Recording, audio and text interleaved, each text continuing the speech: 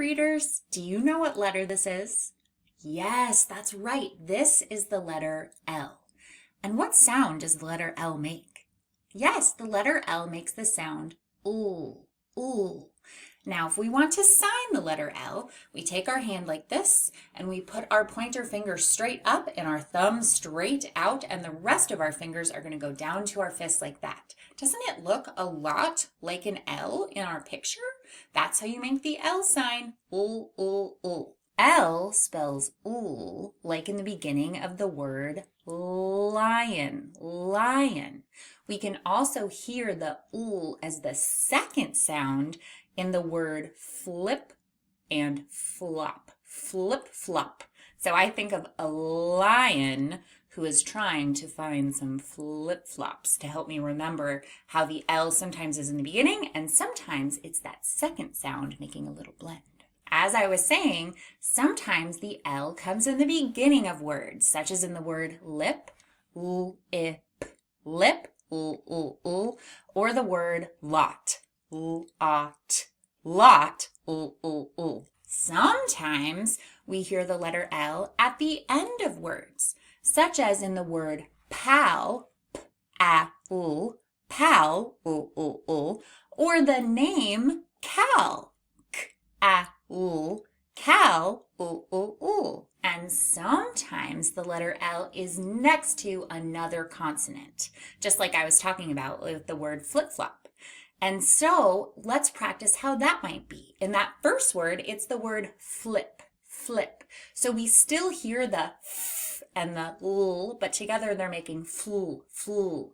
So we hear f, l, ip, flip, flu, flu, flu. Or the word flat, f, l, at, flat, flu, flu, flu. Now let's talk about how we make the letter L or the ul sound. So a few lessons back, I talked to you about how the letter R had been tricky for me when I was little. This is another letter sound that was really hard for me as a little kid. And it's often hard for a lot of students. So if the letter L is tricky for you, just know I totally know what that's like, and it takes time and practice to get that L. So let's talk about how we make the L sound, and then I'll give you a few strategies to help you work on it.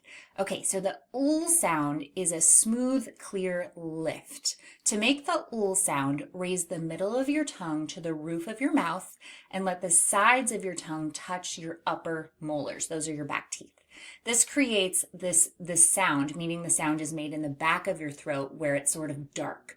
The air flows through the center of your mouth. It's a soft, crisp sound that you can feel at the back of your mouth. Okay, let's try it. Lift your tongue to the roof of your mouth. Let the sides touch your molars and let the air flow. Oh, oh, oh. It's like you're lifting your voice. Okay, great. Now let me give you a few more strategies for making this sound that's sometimes kind of tricky. So here's a really zoomed in picture of a mouth, and I want you to be very aware of what I'm talking about when I'm talking about where you're going to make this sound.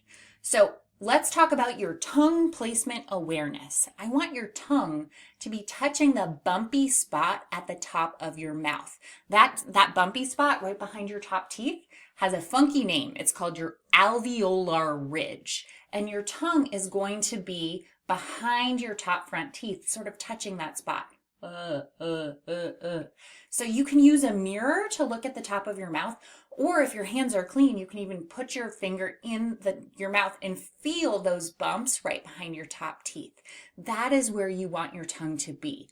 And then you can practice feeling your tongue in that spot when you say words like lion, lion. I feel my tongue touching right behind my top teeth when I start the word lion, or the word lemon, lemon. I literally feel my tongue touching my back behind my top teeth.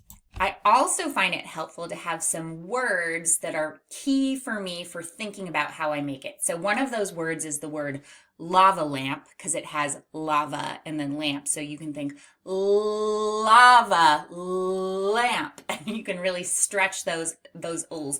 Lava lamp.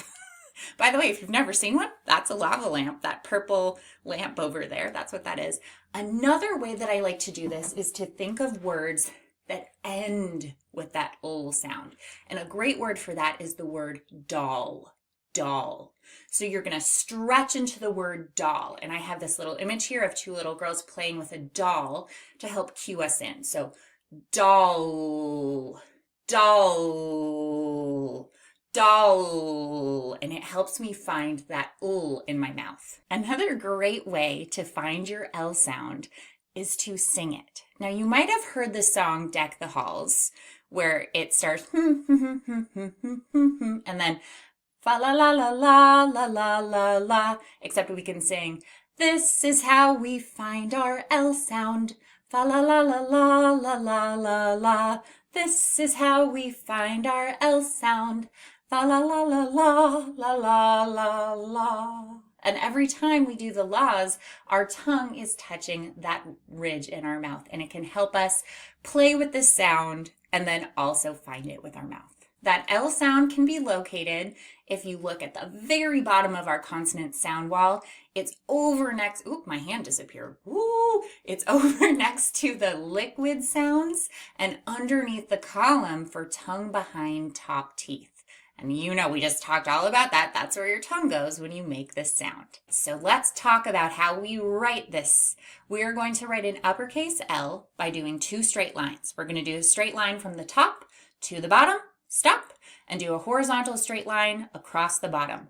Whoosh. So it goes down, top, down, bottom, over. And that's how we make this uppercase L. Now let's see how we make the lowercase. I think the lowercase L is sort of interesting. It's almost a gift because it's such an easy letter to write. It's just that straight line. And maybe it makes up a little bit for the fact that it can be a hard sound to say. So yes, little tricky to say, but very, very simple to write. Straight line down to the bottom. That is the lowercase L.